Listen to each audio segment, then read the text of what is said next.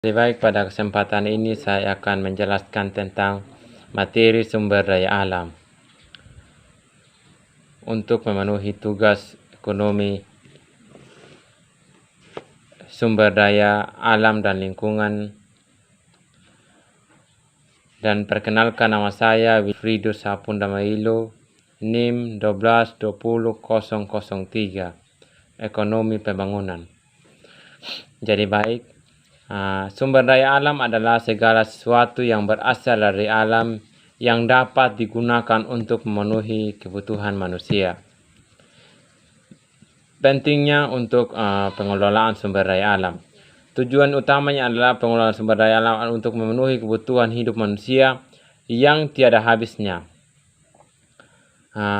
Memang pada eksploitasi sumber daya alam secara besar-besaran membuat sumber daya alam mengalami penyusutan yang besar, terutama sumber daya yang tidak terbarukan atau non-hayati. Tetapi karena perkembangan abad dan peradaban, perkembangan ilmu dan pengetahuan, dan diikuti teknologi yang ikut berkembang, dalam waktu belakangan ini kita mulai menyadari akan sumber daya alam yang mulai mengalami penyusutan. Oleh karena itu diciptakannya teknologi yang dapat mengurangi penggunaan sumber daya alam yang tidak terbarukan. Pada materi kali ini saya akan membahas secara khusus tentang materi sumber daya air. Sumber daya air dan tentang masalah dan kerusakan sebab akibatnya.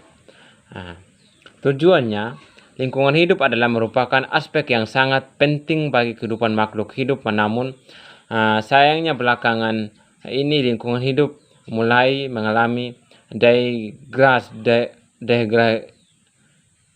degradasi atau penurunan yang menyebabkan kerugian bagi kehidupan manusia. Kerusakan lingkungan hidup yang disebabkan oleh dua faktor, yaitu faktor alam dan faktor manusia. Faktor alam yang tidak bisa diperkirakan atau dihindari oleh manusia, untuk itu dan faktor manusia. Untuk pada materi ini saya membawa tentang kerusakan sumber daya alam, pengaruh alam juga serta manusia, yaitu yang secara khusus tentang sumber daya air. Dan yang kedua adalah pentingnya pemanfaatan air beserta sumber-sumber air dapat dicapai dengan sebaik-baiknya. Perlu dilakukan upaya berdaya gunaan air beserta sumbernya melalui peruntukan atau pengembangan pengelolaan dan pengusahaan sedemikian rupa sehingga dapat mewujudkan pemanfaatan air, sumber daya air, dan prasarana pengairan atau sumber daya air yang berkelanjutan. Tentang sumber daya air, salah satu kerusakan pada sumber daya air adalah ketersediaan air yang tiba-tiba habis atau terhenti. Ya, salah satunya itu tentang masalah di lingkungan saya, itu tentang bendungan. Bendungan yang terjadi penjebolan atau jebol karena banjir bandang pada tahun 2020, yaitu bulan 4. Akibatnya dari jebolnya bendungan tersebut, kekeringan pada lahan-lahan yang beberapa hektar, terkhususnya di Kelurahan Muliro, itu mengalami kekeringan yang sangat panjang dari tahun 2020 hingga pada tahun 2022 sekarang ini. Kekeringan sehingga setiap lahan tidak dapat digunakan, sumur-sumur kering karena harapan utama atau penggunaan air pada sumur-sumur itu secara tidak langsung adalah resapan dari air irigasi. Sejak bendungan tersebut jebol, maka terjadilah kekeringan sampai saat ini di Kelurahan Muliro. Lahan-lahan tidak dapat digunakan, tidak dapat diolah, pertanian terhenti, sumur-sumur itu kering sehingga susah air, sehingga membuat pemerintah turun tangan itu penggunaan air pump atau pengantaran air serta bantuan-bantuan air sampai saat ini. Apa yang menyebabkan bendungan tersebut ini jebol? salah satunya adalah faktor alam. Faktor alam memang tidak dapat dipungkiri. Kemudian adalah yang penyumbangnya juga adalah faktor manusia. Yang pertama, penggundulan ini lahan atau penggunungan, sehingga pada saat air ini hujan intensitasnya tinggi membawa ini meningkatkan erosi atau peningkatan ini kecepatan air, karena tidak ada hambatan kayu-kayu lagi pada pengairan air tersebut yang membuang ke sungai, sehingga kecepatan air itu menjadi sedikit deras dan dorongan air juga cukup kuat.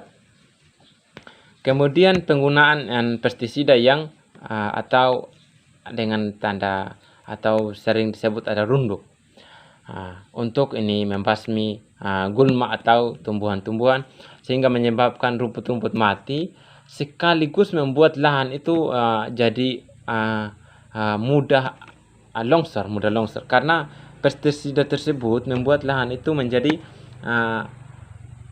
tanahnya itu menjadi ini, membuat tanah tersebut mudah tergerus karena tidak ada tumbuhan-tumbuhan yang kecil lagi. Itu salah satunya.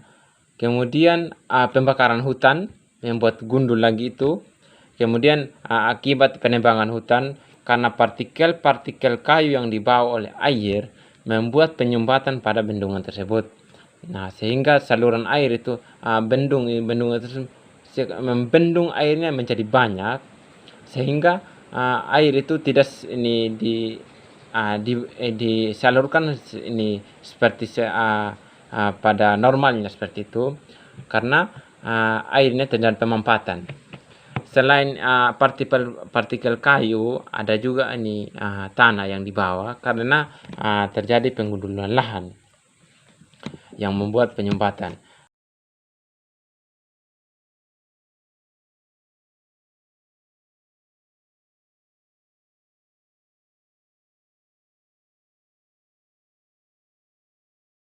Kayu yang palang saluran air itu sehingga mampat, dan terjadilah kejebolan bendungan tersebut, dan akibatnya mengalami kekeringan pada yang menggunakan air tersebut, terutama lahan-lahan, dan mengalami sumur-sumur kering karena tingkat air pada kelurahan tiap desa di kelurahan baik Lampanarpu dan Maulir itu tingkat airnya sangat rendah dan tingkat pemukiman warga itu sangat tinggi, sehingga mengalami kekeringan.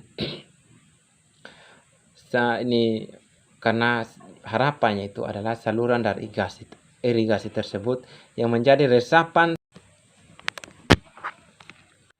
Kemudian deplisi adalah sumber daya alam adalah tidak dapat diperbarui. Deplisi berarti pengurasan sumber daya yang ada, sedangkan untuk sumber daya alam yang dapat pulih, deplisi walaupun dapat diimbangi dengan usaha konservasi, namun dampaknya terhadap lingkungan hidup masih akan membekas dan menimbulkan waktu yang lama dan untuk pemulihannya.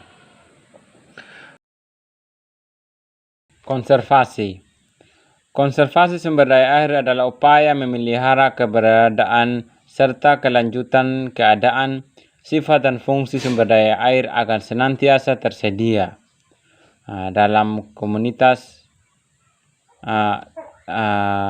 kuantitas, kualitas yang memadai untuk kebutuhan makhluk hidup, baik pada waktu yang sekarang maupun waktu yang akan datang. Kebijakan pengelolaan daerah tangkapan air yang tidak menerapkan kaidah konservasi seperti alih fungsi lahan atau kawasan hulu berakibat perubahan pada hidrologi dan merusak keseimbangan sumber daya air.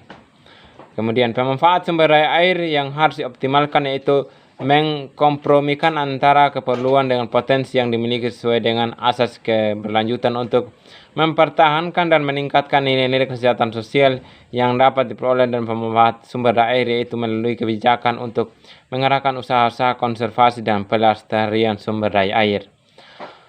Sarana dan prasarana yang tersedia dan berbagai instansi pemerintah, perguruan tinggi dan dunia usaha, industri serta lembaga swadaya masyarakat memberdayakan dan didaya gunakan secara sinergis untuk menunjang program konservasi dan pelestarian sumber daya air.